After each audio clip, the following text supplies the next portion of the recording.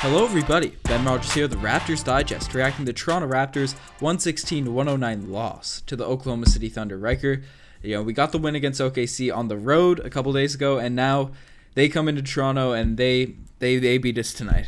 Yeah, well, this is a team that's really nervous not to slip into the 8th seed and stay there to have to face against the Golden State Warriors in the first round of the playoffs. So it makes sense that they're going to come out really intense. But, of course, the Raptors, they have something to prove as well. They knew that this was going to be a playoff-like matchup in a back-to-back series against the OKC Thunder. And, unfortunately, they had a relatively large lead for most of the game, or at least a significant part of the game that they kind of blew and weren't able to – they almost caught up in the end, but weren't able to catch back up. Certainly, the third quarter is where the Toronto Raptors fell off. The Oklahoma City Thunder defense really picked up the second half. We see guys like Pascal. He had, Pascal and Kawhi had great games, but Pascal had 7 turnovers. Kawhi had 8 turnovers, and that's not something you usually see out of the Toronto Raptors team. Usually, the Raptors are pretty good at keeping the ball in possession and getting shots off. They're one of the lower turnover teams in the NBA. So tonight, the OKC defense, as you mentioned, they were focused, motivated, ready to go. But amongst all that, we did have a couple players have some good games, so we'll get into the positives first. Pascal Siakam, 25 points, 5 rebounds, 2 assists, 2 steals against Oklahoma City Thunder. Pretty solid game, 9 of 14 shooting, 2 of 3 from the three-point line. He continues to impress this season. Absolutely. They had a lot of switches, too, where Pascal got smaller defenders. Russell Westbrook, it's not usually in his game to play as much post-up offense as he does, trying to back down defenders. But when you have that size advantage, then, of course, a couple of times he was losing the ball on picks or he would get kind of swarmed in double teams. So I thought for the most part, people are really now starting to to take Pascal Siakam seriously as a credible offensive player, and that's why they were putting so much pressure on him tonight. And then to see him step up and still get 25 points, and his IQ is going to have to develop now. That's something that people maybe will understate.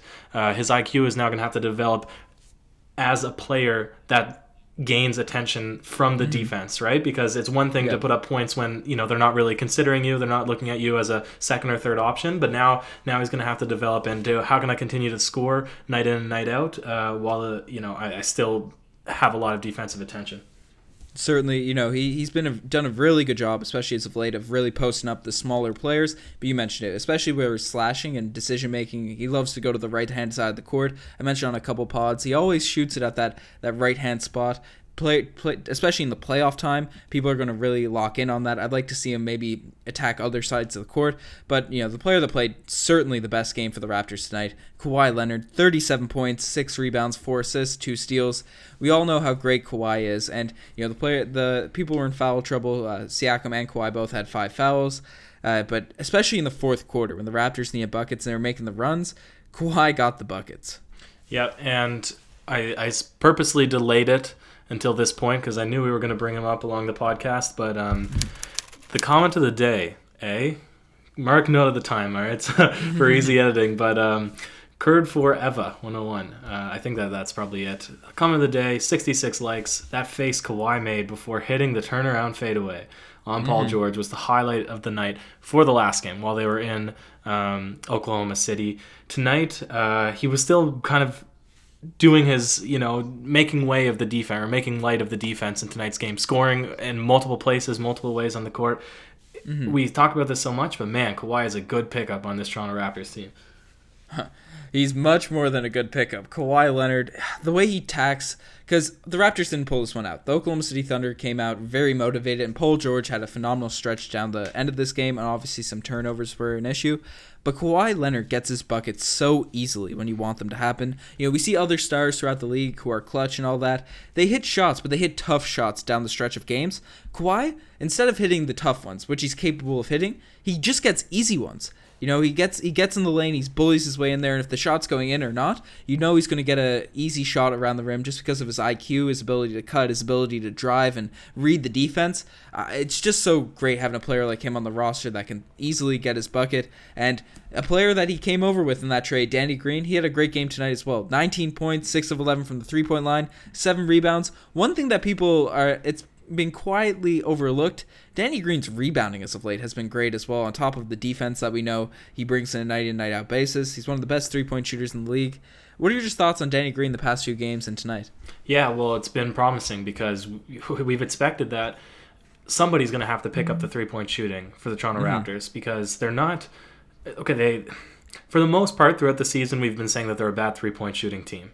But if you look at it, exactly. But if you look at individual players, they have pieces that have good shooting forms, that are able to stroke the three, and it's just been odd that really you haven't seen a player step up night in and night out. Not necessarily the same player, but it's been very rare that any player ever steps up and has a good shooting night. And the past couple of games, Danny Green has been doing it every single night, because when he went on that magical run in the San Antonio Spurs in the playoffs, he set a 3-point record.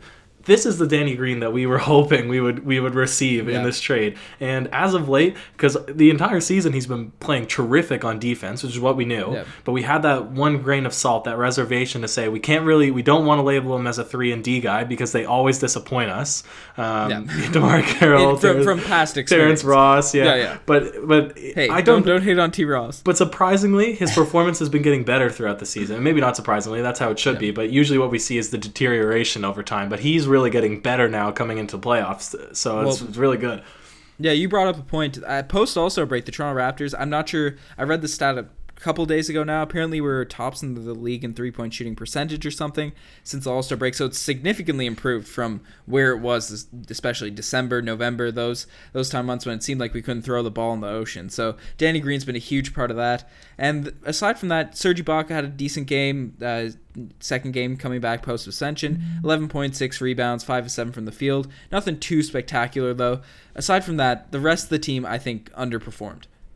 Yeah, no, it's definitely true, and I don't want to put too much stock in tonight's game, though, anyways.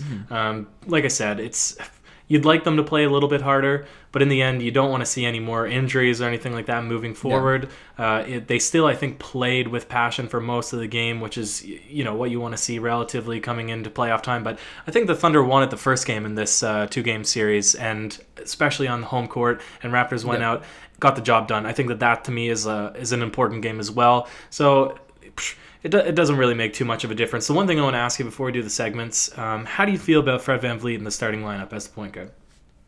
Well, Fred has done a phenomenal job since coming back from injury. We've talked about on multiple pods how his decision-making, everything looks a lot better. Tonight, he still looked solid. He wasn't doing anything dumb, in my opinion. He had 0 turnovers in 36 minutes for a starting point guard. That's great.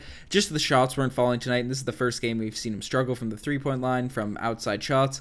He had 8 points and 5 assists, still solid. I'm not sure if I'd trust him to lead a championship team at the point as a starting point guard right now, but he certainly... Kyle Lowry's going to be our starting point guard. Some people are mentioning that we should start Fred over Kyle. That's absolutely absurd. But Fred, if he can continue this play off the bench for the Toronto Raptors, we're going to be very A-OK. Yeah, I absolutely agree. Swing us into the segments, my man. Tonight, the Kawhi you do him like that play of the day. And Pascal Siakam, we've been talking about him all year, his confidence going up against the toughest players in the NBA. Russell Westbrook was kind of jawing at him and stuff. Pascal Siakam came down with a lockdown defense. When players are talking trash and all that, it's really fun to see, especially the guy you're rooting for, just completely lock him up. Russell Westbrook, former MVP, one of the best players in the league. For 3 straight possessions, Pascal Siakam had the clamps on him. So that was very exciting to see. True. Still got the triple-double, though. Yeah, well, Westbrook's Westbrook. He had he didn't have the greatest shooting night, but he still does everything else on the court. But not all plays can be the Kawhi you do him like that play of the day, and some just make you say, "Oh, geez." And tonight, the OGs for me, it was just the third quarter as a whole.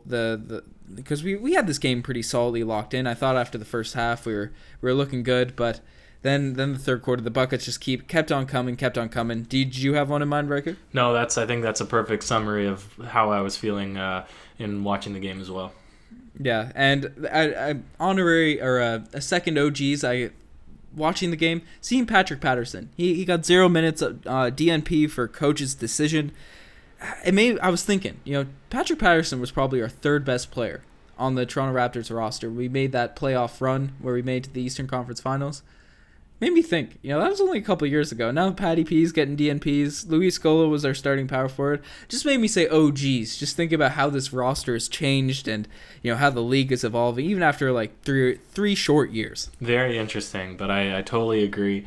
But that's it. That's a testament to the landscape of basketball, too. If you're not improving, if you're not really making any valuable contribution to a team. You're going to go Watching from a too player many that's Cineplex movies. Yeah, maybe that. All right, the one, the only, the infamous, the last award, the DeMar Carroll Gold Star Award for worst performance of the night. It can go to a player, coach, anything. Ben, do you have any ideas for tonight? I got a couple. All right. I got a couple I want to throw out there. Marc Gasol, he does a lot of stuff on the court. He had a positive plus minus for the game, 6 assists, 5 rebounds, 2 blocks, 2 steals, all around. Great. That's what we love. But 2 points for Marc Gasol. Only took one shot in this game, and the one shot came in the last 30 seconds when Kawhi gave him a silver platter bucket. Marc Gasol has to be more aggressive. I don't know if it's Nick Nurse. I don't know who is judging this, if it's just Marc Gasol being passive or we're not making plays for him, but he needs to get the ball in scoring positions. He's such a talented player at finishing around the rim. He can shoot mids. He can shoot threes.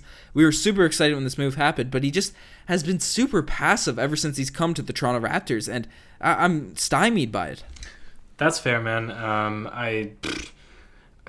It's not what I expected from Marc Gasol, and especially the sort of adding insult to injury is that Jonas Valanciunas has been nothing short of amazing since going to Memphis Grizzlies, and this is not an overstatement as a Jonas Valanciunas fan. This is being objectively observing a guy now consistently getting double-doubles in the 25-point range and 15-rebound range and winning games on a Memphis Grizzlies team that sucks. So it hurts to see Marc Gasol not playing well.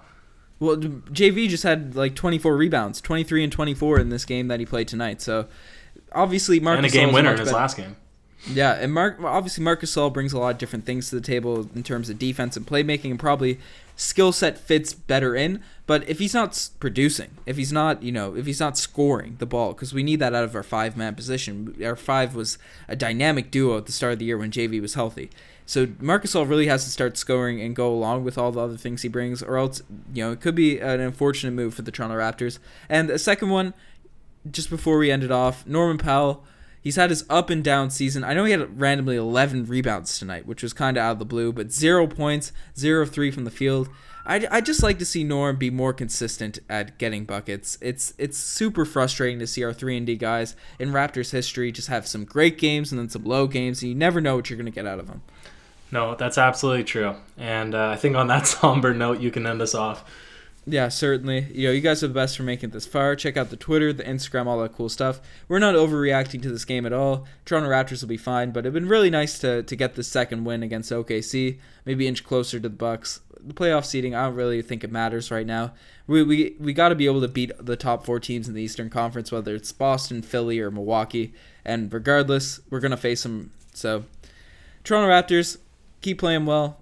Don't get hurt. Things will be good. All right. Cheers.